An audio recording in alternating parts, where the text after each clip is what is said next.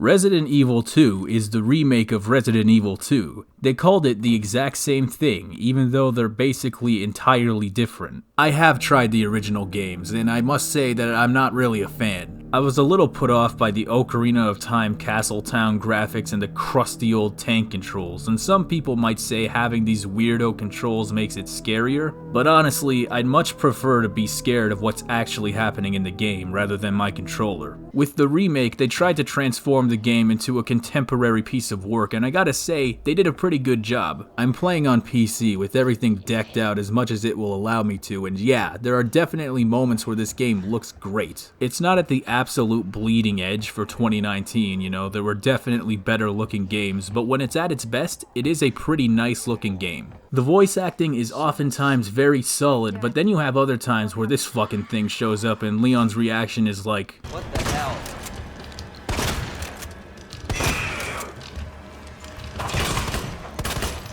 Son of a bitch.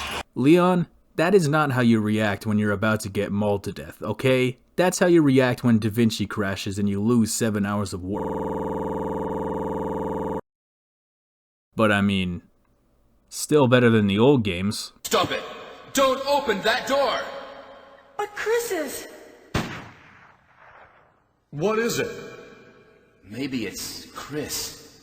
Resident Evil 2 is a game about exploration. You come across something you can't solve, so you find some item or see some environmental detail that gives you hints. You are never told exactly what to do. The gameplay loop is walking around, getting stuck, then finding one thing that leads you to finding 3 other things, getting stuck again, then finding something that solves a puzzle from 7 years ago halfway across the map that you almost forgot about, and then running all the way back to the other end, solving that, and repeat. During my first playthrough, I was constantly flip-flopping back and forth on whether or not I was actually enjoying it. Those moments where I'm trying to find my way back to a puzzle from way back in the old days is sometimes kind of exhausting and frustrating, but at the same time, once I open that door that I couldn't open before, it all feels worth it in that moment. Especially when there's something behind that door that lets me do something else. It's the same kind of gratification I get when I'm playing a Metroid game. Once you get on a roll in Resident Evil 2, it's very hard to get out of it. I first played this game for 6 straight hours. My brain was just putting the pieces together, like, this is here, that goes there, this is his, that one's hers, this is hers, and now it's his. Resident Evil 2 is at its best when you're solving puzzles and uncovering the mysteries of the game's world. There are all kinds of environmental details, all sorts of extensive documentation telling you what is going on and why. There are cutscenes and dialogue too, but they don't waste way too much of your time. The only real problem with the pacing is the fact that it's a very non-linear game, but that's the whole point. This isn't just walking down a hallway and shooting zombies, it's exploring this labyrinthine police station and escaping danger. It's putting a book in a statue's severed hand, reattaching the hand, taking the scepter, taking the red jewel out of the scepter, putting it into this jewel box, opening the box to get a police badge, turning the police badge over to find out that it was a USB stick the entire time, putting the USB stick in a computer, using the computer to open this weapons storage facility, and getting a super cool gun.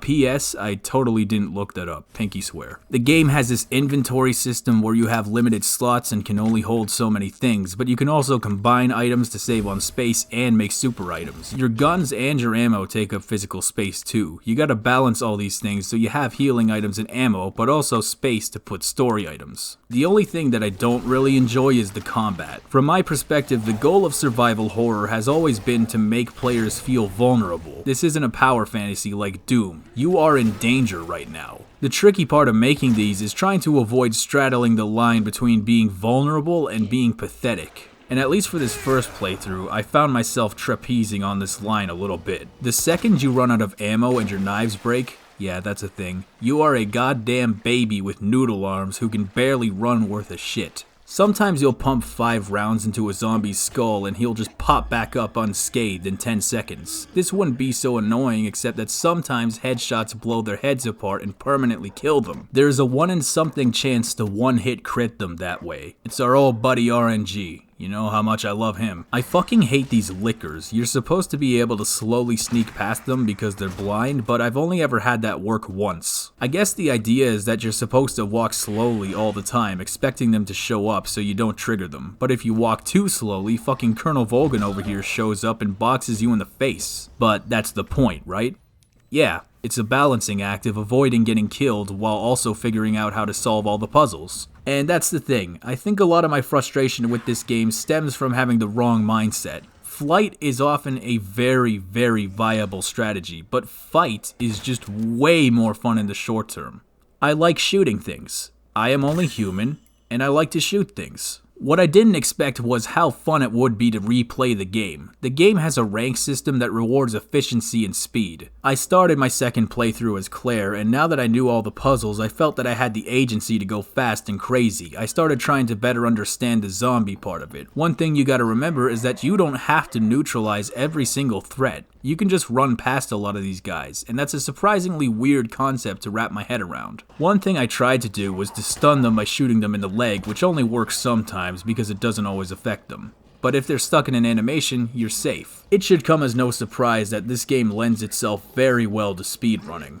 Resident Evil can be tricky to get into, but once that momentum gets going and the pieces start falling into place, it becomes a very engaging video game, and one that captures the spirit of the original but without the bad parts. So yeah, it's pretty good.